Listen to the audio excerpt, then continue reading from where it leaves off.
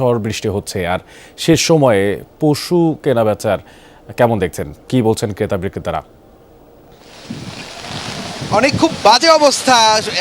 মানে বৃষ্টি, ঝড় বৃষ্টিতে এখানে আসলে কচুক্ষেত বাজারে আসলে গরু বিক্রির মতো পরিস্থিতি কিন্তু এখন এই মুহূর্তে নেই।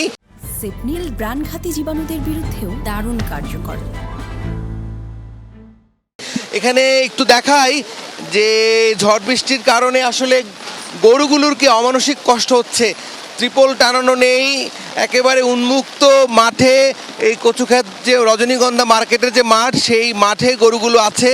এভাবে তারা গত কয়েকদিন ধরেই কিন্তু আপনি দেখছেন যে বৃষ্টি হচ্ছে থেমে থেমে, এবং কিছুক্ষণ আগ থেকে ঝড় বৃষ্টি দুটোই কিন্তু একসাথে আছে। এই বৃষ্টির সাথে ঝড় হওয়ায় কিন্তু দুর্ভোগ বেড়েছে।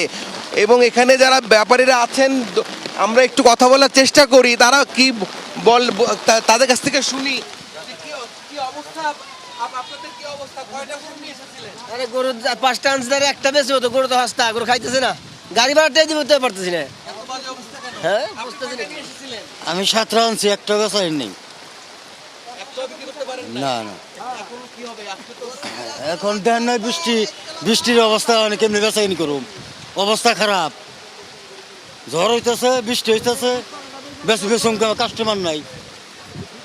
আপনি কয়টা নিয়ে এসেছিলেন? 18টা, কয়টা বিক্রি করেছেন? 6-7টা এখন বিক্রি হয়েছে, 7টার মতো, আর 11টা এখনো রয়েছে আশেপাশে।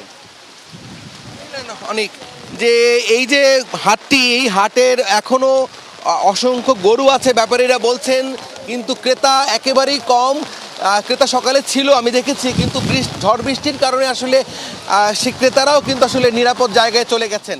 এই হচ্ছে এখনকার অবস্থা।